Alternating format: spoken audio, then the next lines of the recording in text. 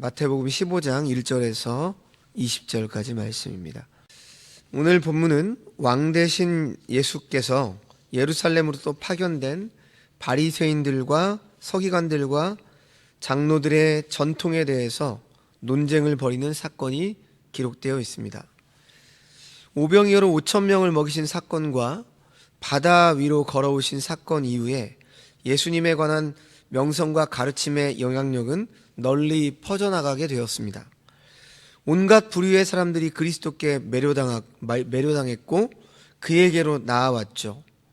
바리새인들과 세리들이 종종 함께 어울려서 주님께 나아왔으며 지배자와 피지배자, 부자와 가난한 자, 학식 있는 자와 무식한 자, 병든 자들이 함께 무리를 지어 주님을 따라와 그의 말씀에 귀를 기울였습니다. 많은 무리들이 예수님께 열광했고 주님의 명성과 영향력이 점점 커져갔죠. 그러나 이와 동시에 주님에 대한 적대 감정도 더욱더 커져갔습니다. 그래서 마침내 바리새인들과 서기관들로 이루어진 대표자들이 예루살렘으로부터 보냄을 받아서 예수님께 나아왔습니다. 그들은 명확한 문제를 들고 예수님께 나아왔죠. 예수님을 비판하고 정죄하기 위해서 꼬투리를 잡고자 나아온 것입니다. 그러나 그들은 예수님을 비판하고자 하는 자신의 의도를 숨긴 채 지금 나와서 따져 묻기 시작하죠. 1, 2절 말씀에 이렇게 말씀을 하죠. 그때 바리새인과 서기관들이 예루살렘으로부터 예수께 나와 이르되 당신의 제자들이 어찌하여 장로들의 전통을 범하나이까? 떡 먹을 때 손을 씻지 아니하나이다. 이렇게 말씀했습니다. 이 장로들의 전통은 유대교에서 바리새 운동을 이끈 원로들의 가르침을 의미하는데 이 전통은 과거부터 유대인들을 거쳐서 내려왔던 전통입니다. 구약 성경을 보면 제사장들이 성막에 들어가기 전에 씻도록 규정을 하고 있지만 원래 이러한 규례는 일상생활을 위한 규례는 아니었습니다. 그러나 포로기 이후에 이방 문화에 강하게 노출되기 시작하면서 유대인들은 이제 신앙의 순수성을 지키기 위해서 이 종교적 정결을 강조하기 시작했던 것입니다. 그래서 경건한 유대인들은 자신들을 부정하게 만들지 않으려고 정결의식을 철저히 지키려고 노력했던 것이죠. 그러니까 손을 씻는 것은 성막에 들어갈 때 제사장들이 했던 규례인데 이게 지금 일상적인 규례로 변질이 된 거죠. 그런데 이걸 이제 전통화한 겁니다. 그러니까 말씀이 있다라고 한다면 말씀으로 끌어왔는데 전통화 시킨 거죠. 잘못 적용을 한 거라고 볼 수가 있어요. 바리새인들은 제사장들에게 적용되는 이 손 씻는 규정을 일반 음식을 먹는 상황에도 적용을 하는 이 구전 율법으로 발전을 시켰습니다. 그래서 바리새인들은 일반적으로 자신들의 이 구전 율법을 성문 율법, 즉 모세 오경과 동등한 권위를 갖는 것으로 간주했죠. 따라서 제자들의 행동은 구약 율법 자체를 어긴 것이나 마찬가지로 그들에게는 심각하게 받아들여졌던 것이죠. 그러면 그들이 왜 예수님께 이런 질문을 했을까요? 우리가 그 의도를 알아야 되는데 본문에서 예루살렘에서 온 바리새인들과 서기관들이라고 기록되어 있는데 이것을 볼 때 앞에서도 말씀드렸지만 이들은 예루살렘 바리새파와 성경학자들에게서 파송된 어느 정도 공식적인 성격을 띤 대표단으로 보입니다. 그러니까 그들은 아마도 정결 규례와 관련된 자신들의 이 구전 율법에 관한 예수님의 입장에 대해서 좀 더 확실한 정보를 확보하려고 왔던 것입니다.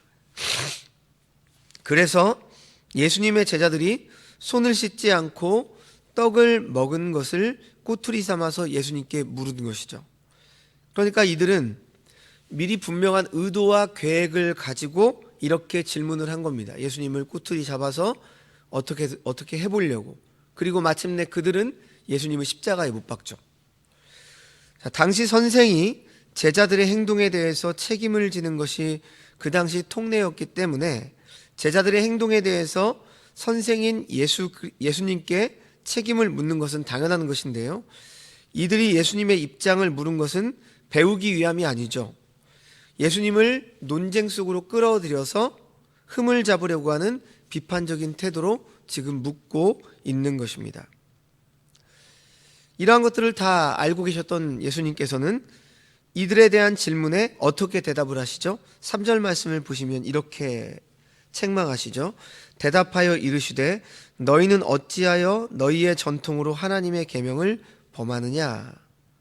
그러면서 구체적인 예를 들어서 말씀을 하시는데 4절과 6절까지 말씀을 보시면 소위 고르반이라고 하는 전통에 대해서 말씀을 하세요. 하나님이 이르렀으되 내 부모를 공경하라 하시고 또 아버지나 어머니를 비방하는 자는 반드시 죽임을 당하리라 하셨거늘 너희는 이르되 누구든지 아버지에게나 어머니에게 말하기를 내가 드려 유익하게 할 것이 하나님께 드림이 되었다고 하기만 하면 그 부모를 공경할 것이 없다 하여 너희의 전통으로 하나님의 말씀을 폐하는도다. 이렇게 설명을 하십니다. 5절 말씀에서 하나님께 드린 것, 이 표현이 바로 고르반을 번역한 헬라어 용어입니다. 고르반이라고 하면 그것은 하나님께 드려진 것이기 때문에 사람이 함부로 쓸 수가 없죠. 그래서 유대인들은 자기들이 소유한 물질과 관련을 해서 고르반 이렇게 말하기만 하고 그 물질을 여전히 자신들이 소유하고 있으면서도 부모에 대한 어떠한 물질적 공경의 의무를 회피했던 수단으로 사용을 했습니다. 이것은 바리새인 자신들이 만들어 놓은 고르반이라는 전통으로 오히려 사람들로 부모를 공경하도록 명하는 구약의 계명들, 곧 내 부모를 공경하라, 이 계명을 어기거나 무시하도록 하는 결과를 가져온 것이죠.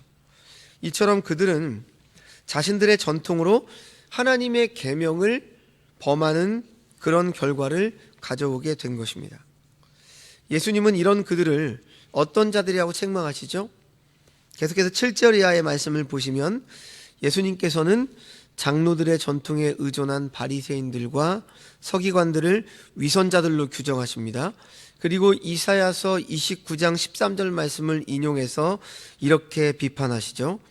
외식하는 자들아 이사야가 너희에 관하여 잘 예언하였도다. 일러스되 이 백성이 입술로는 나를 공경하되 마음은 내게서 멀도다. 사람의 계명으로 교훈을 삼아 가르치니 나를 헛되이 경배하는도다 하였느니라. 이렇게 비판을 하세요. 지금 여기에서 마음은 내게서 멀도다 라는 이 말은 두 가지 의미를 가지고 있다고 볼 수가 있죠.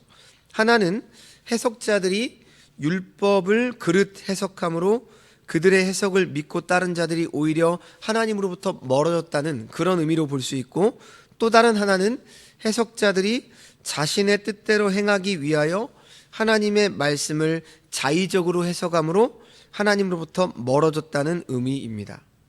자, 이런 해석은 결국 하나님의 뜻과 관계없는 사람의 가르침일 뿐이죠. 그래서 하나님은 선지자 이사야를 통해서 사람의 계명으로 교훈을 삼아 가르치니 나를 헛되이 경배한도다 이렇게 말씀하신 것입니다. 너무나 적절한 말씀이시죠. 하나님께서 원하지 않으시는 것을 가르치거나 행하고 하나님께서 원하시는 것을 행하지 않거나 가르치지 않는 사람들의 예배는 하나님께서 결코 기뻐받지 않으십니다. 예수님께서는 사람들이 만든 전통 자체가 아니라 성경의 의도에서 벗어난 전통을 만들어 이용하는 태도를 비판하고 계신 것이죠. 자, 계속해서 본문 10절과 11절 말씀을 보시면 이제 주님께서는 이렇게 종교적 형식주의에 빠져버린 무리들의 어리석음을 깨우쳐 주시기 위해서 다음과 같이 말씀을 하시는데 11절 말씀을 보십시오. 입으로 들어가는 것이 사람을 더럽게 하는 것이 아니라 입에서 나오는 그것이 사람을 더럽게 하는 것이니라. 자, 그렇다면 이 비유가 의미하는 바가 무엇이죠? 15절 말씀부터 이제 이 비유의 뜻을 말씀하시는데, 베드로가 그 의미를 몰라서 예수님께 의미를 설명해 달라고 부탁을 하죠. 예수님은 아직도 그 의미를 깨닫지 못하느냐 이렇게 책망하시면서 설명을 해주시는데, 17절과 18절 말씀을 보십시오. 입으로 들어가는 모든 것은 배로 들어가서 뒤로 버려지는 줄 알지 못하느냐. 입에서 나오는 것들은 마음에서 나오나니 이것이야말로 사람을 더럽게 하느니라 말씀하십니다. 자, 예수님께서 대답으로 제시하신 이 말씀은 다분히 혁명적인 말씀이죠. 이 선언은 유대교의 상세한 정결 규례들 뿐 아니라 구약의 음식 전반을 뿌리채 뒤흔들어 버리는 새로운 원리를 제시해 주신 것입니다. 우리는 예수님의 설명에서 그 의미를 알 수가 있는데, 예수님께서는 입으로 들어가는 것은 오로지 육체에만 영향을 준다는 거죠. 그래서 사람을 더럽게 하지 않는다는 겁니다. 그러니까 고린도전서에 나오는 그 우상에게 바쳐진 제물도 마찬가지죠. 우상에게 바쳐진 제물은, 그 우상은 신도 아니고 우상은 먹을 수도 없기 때문에 사실 그 제사 음식을 우리가 먹는다고 해서 큰 문제가 되는 게 아니라는 거예요. 육체에만 영향을 주는 거죠. 그러니까 음식이 상한 음식을 먹으면 몸이 상하죠. 하지만 음식이 제사 음식이라 할지라도 상하지 않고 좋은 음식이면 우리에게 좋은 영향력을 줘요. 예전에 제가 고등학교 때 친구들과 마이산인가 대둔산인가를 갔어요. 근데 올라가다 보니까 너무나 배가 고픈 겁니다. 근데 다 교회 다니는 친구들이었어요. 근데 이제 중간 정도에 휴식 쉬는 데 그런 데가 있잖아요. 이제 가게도 있고 막 그러지 않습니까? 근데 거기 딱 앉아 있어가지고 우리끼리 너무나 배고프다 이러고 있는데, 그 가게 하시는 아주머니께서 우리를 불쌍하게 보셨는지 음식을 막 주시더라고요. 뭣도 모르고 맛있게 먹었죠. 근데 먹으면서 한쪽에 보니까 그 산신제 제사상에 있는 그 음식을 주신 거예요.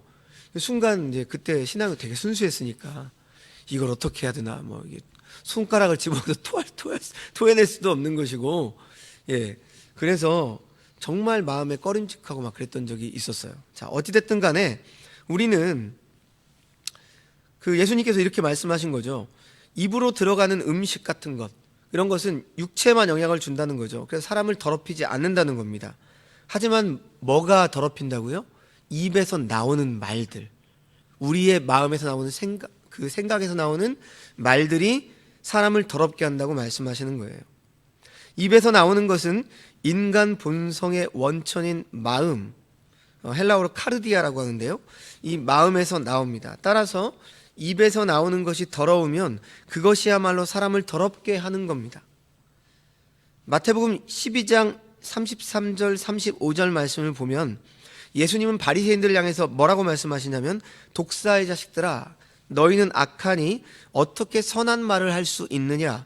이는 마음에 가득한 것을 입으로 말함이라. 선한 사람은 그 쌓은 선에서 선한 것을 내고 악한 사람은 그 쌓은 악에서 악한 것을 내느니라. 이렇게 말씀하십니다. 입으로 들어가는 것이 사람을 더럽히는 것이 아니라 마음에서 나오는 그 입술의 말들이 사람을 진정 더럽게 하는 것입니다. 우리는 우리가 하는 말을 잘 살펴봐야 돼요. 말은요, 생각의 반영이거든요. 그래서 여러분 혹시 다른 사람들이 하는 말을 잘 들어보세요. 그러면 그가 어떤 거에 관심을 갖고 있는지 그 관심사를 알 수 있어요. 그러니까 신자들 중에서도 죄송하지만 늘 집 이야기하고 땅 이야기하고 부동산 이야기하고 그러면 지나가는 말로 하는 것 같지만 그 마음 속에, 그 생각 속에 언제나 그게 자리 잡혀 있다라고 하는 거예요. 우리는 속일 수가 없어요. 우리가 불현듯 꺼내는 말에 우리의 생각이 담겨 있거든요. 그래서 우리는 우리의 마음을 잘 살펴야 됩니다. 그래서 그런 생각을 가지고 있으면 자기도 모르게 말이 나와요. 그리고 어떤 사람에 대해서 안 좋은 생각을 늘 가지고 있고 사람을 비방하는 그런 성격을 가지고 있는 사람은 아무리 좋은 얘기로 시작을 해도 얘기를 듣다 보면 어떤 사람을 자꾸 비방하고 있어요. 습관이죠. 이것은 그 생각에 이미 그런 것들이 들어와 있는 겁니다. 그래서 우리가 혹시라도 저도 마찬가지고 그러한 것들이 입에 배기 시작한다라고 한다면 우리 마음을 돌아봐야 되는 거죠. 그래서 정신을 바짝 차리고 하나님의 말씀으로 우리를 정결하게 하고, 우리가 이 새벽에 나와서 기도하는 이유가 뭡니까? 나의 입술의 모든 말과 나의 마음의 묵상이 주께 연락되기를 원하나이다. 이것이 기도 아닐까요? 근데 우리가 말씀을 들으면서 우리의 입술과 마음이 말씀과 따로 논다면 이것은 말씀이 우리의 마음을 지배하고 있지 못하다는 겁니다. 말씀을 백날 들어도 따로 노는 거죠. 그래서는 안 됩니다. 우리 주님께서 바로 이런 것들을 지적하시는 것이죠.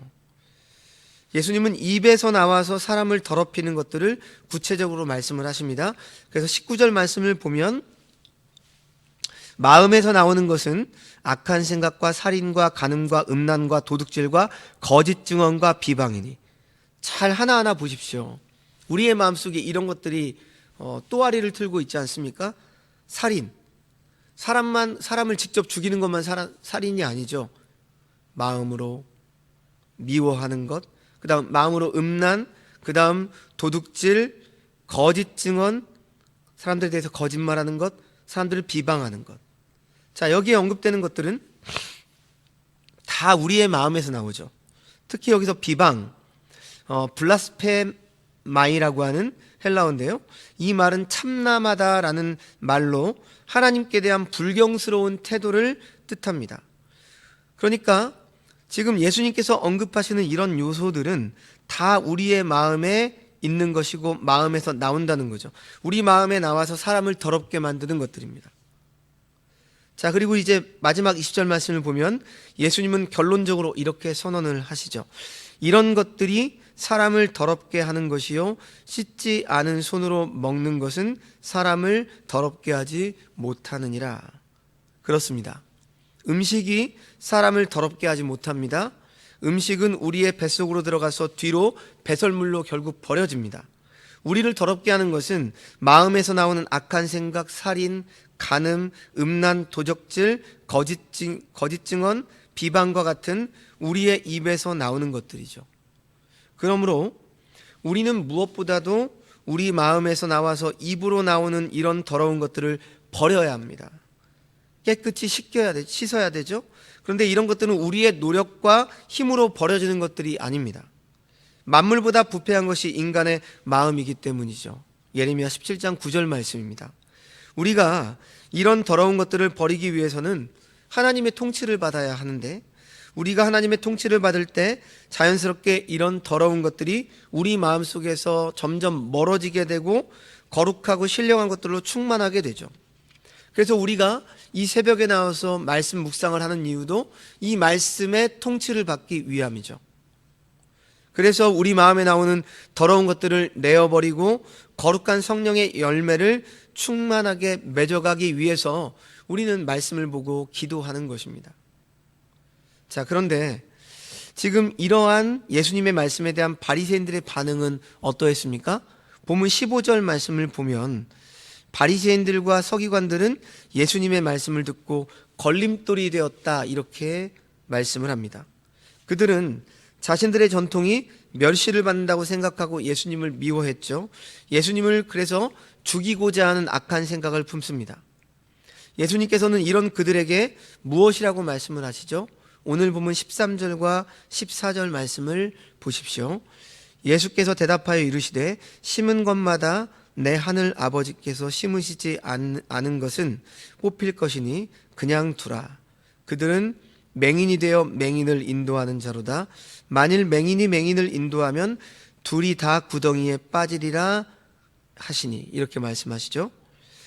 지금 예수님은 이 바리새인들과 서기관의 상태를 두 가지로 비유하고 계시는데, 첫째, 아버지께서 심지 않은 식물에 비유하십니다.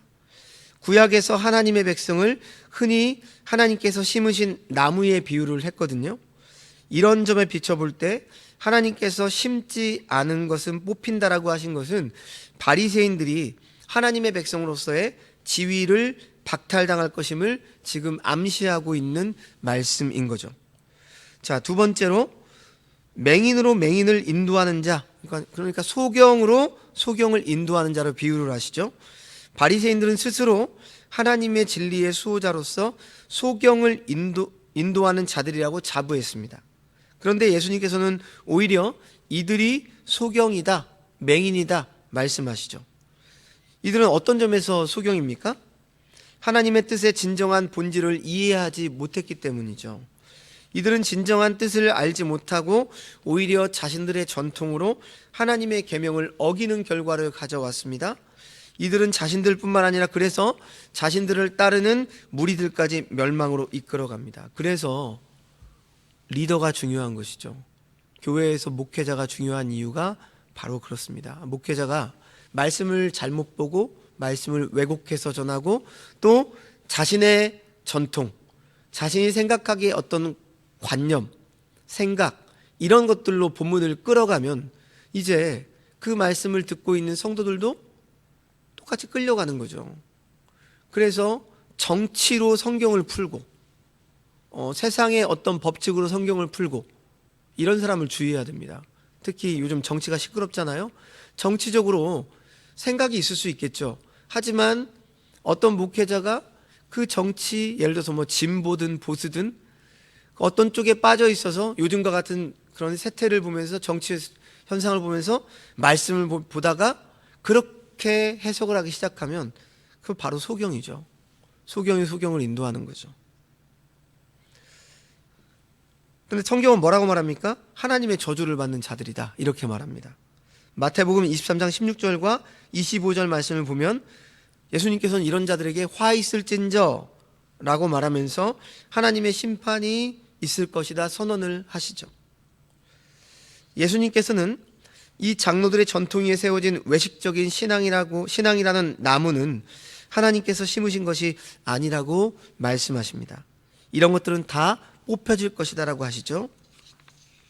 그런데 주님께서는 싸워 뽑아버릴 대상을 바리새인들이나 서기관들이 아니라 그들이 옹호하는 외식적인 신앙 체계라고 하셨습니다. 자, 오늘날 우리 가운데도 하나님께서 심지 아니하신 것들이 우리의 신앙생활 속에 많이 들어와 있죠. 그래서 사람들이 만들어낸 전통은 오늘날에도 여전히 우리들을 소경으로 만들고 있습니다. 신앙생활 속에서 우리는 예수 그리스도의 단순한 복음을 사람의 교훈인 전통으로 수없이 덮어 씌워 놓고 있을 때가 많죠. 그러므로 우리는 스스로 조심하지 않으면 전통의 노예가 되고 맙니다. 예를 들어 교회나 교단의 헌법, 교회의 어떤 규칙, 관습 이런 것들은 처음에는 좋은 의도로 만들죠. 그러나 건전한 법이라고 해도 하나님의 말씀보다 더 의지하는 대상으로 자리를 차지한다면 전통을 향한 열정은 우상을 향한 예배가 됩니다. 노예 같은 데 가면 법이요 하면서 막 그래요. 근데 여러분 법이라고 하는 게 뭐죠? 사실 최소장치예요. 법은 사람들이 하도 어기기 때문에 선을 그어주는 겁니다. 근데 어기지도 않았는데 그 법으로 억제하려고 하는 경향들이 있어요. 그래서 이제 우리가 그런 것들을 좀 잘 생각해 봐야 되겠죠. 건전한 법이라고 해도 말씀보다 더 의지하는 대상으로 자리를 차지하면 우상 숭배가 되는 겁니다. 교회에서 자신들의 뜻을 정당화하려고 신성 불가침의 근거로 전통을 내세우는 순간 우상에게 절하고 있는 교회가 될 수도 있다는 거죠. 전통이라는 우상은 가장 종교적이라고 생각하는 무리에게 역사와 전통을 수호하고 보수한다고 목소리를 높이는 선생들에게 더 가까이 다가가 예배로 위장한 채 하나님 노릇을 하고 있습니다. 그래서 개혁교회는 뭐라고 하는지 아세요? 개혁된 교회는 끊임없이 개혁되어진다. 이것이 슬로건이에요. 언제나 교회는 개혁되어져야 가는 거죠.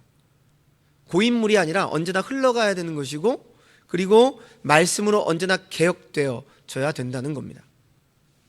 그러므로 기독교 공동체는 전통을 논하기 이전에 예수님의 말씀과 삶을 실천하는 길을 먼저 나서야 합니다. 특히 교회는 하늘 아버지께서 심으신 나무죠. 하늘 아버지를 모시고 살아가는 교회의 가족 공동체는 마음의 문제를 중요하게 생각하고 마음을 점검해야 합니다. 자, 말씀을 정리합니다. 우리는 오늘 말씀을 통해서 진정 사람을 더럽게 하는 것이 무엇인지를 배웠습니다. 사람의 손을 통해 입으로 들어가는 것들이 사람을 더럽게 하는 것이 아닙니다. 마음에서 나오는 것이 사람을 더럽게 하는 것이죠.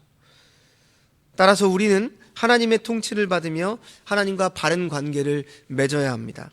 하나님과 바른 관계를 맺으며 참된 신앙 안에서 하나님을 섬겨야 할 것입니다. 사람들이 만든 전통이나 유전은 우리들로 하여금 어느 순간 소경으로 만듭니다. 그러므로 우리는 사람이 만든 전통과 유전을 스스로 조심하며 그것들의 노예가 되지 말아야 합니다. 우리가 하나님의 통치를 받으며 하나님과 바른 관계를 잘 맺어갈 수 있기를 바랍니다. 그래서 우리가 하나님을 언제나 참되게 경배하며 살아가시는 주의 복된 백성들 되시기를 주님의 이름으로 축원드립니다. 기도하겠습니다. 하나님 아버지, 하나님께서 우리를 사랑하셔서 우리들에게 하나님의 말씀을 주심에 감사드립니다. 그런데 우리들이 어느 때부터 하나님의 말씀의 본질은 잊어버린 채 전통을 만들고 그 전통들이 우상이 되어서 바리새인들과 오늘 서기관들처럼 살아갈 때는 없는지 이 시간 돌아보게 하여 주시옵소서. 말씀보다 우리들의 교회 안에서 세운 규칙이 더 앞서고 그것이 말씀을 죽이게 하는 효과를 불러일으킨다면 그 전통은 개혁되어져야 되고 벌어져야 되는 것들입니다. 언제나 말씀 앞에 우리의 고정관념, 전통을 돌아보게 하여 주시옵소서. 오늘 말씀에 나온 바리새인과 서기관들을 반면교사로 삼아서 어떠한 상황 속에서도 하나님의 말씀 앞에서 정직하고 진실된 삶을 살아가게 하여 주시옵소서. 입으로 들어가는 음식으로 인해서 더러워지는 것이 아니라 마음속에 있는 것들이 입으로 나올 때 그것들이 바로 사람을 더럽히는 것이다 말씀하십니다. 우리의 심령 안에 어떤 것들이 자리 잡혀 있습니까? 어떤 생각을 하고 있습니까? 그런 것들이 우리의 말로 불현듯 나오게 됩니다. 하나님, 우리의 입술을 제어하기 위해 우리의 마음을 돌아보게 하여 주옵소서. 우리의 생각을 돌아보게 하여 주옵소서. 우리들 모두가 삶의 자리에서 회개에 합당한 열매, 자기 희생의 열매, 하나님의 뜻대로 행하는 열매를 맺을 수 있도록 주님의 은혜로 우리를 붙잡아 주시옵소서. 모든 말씀 예수님의 이름으로 기도합니다. 아멘.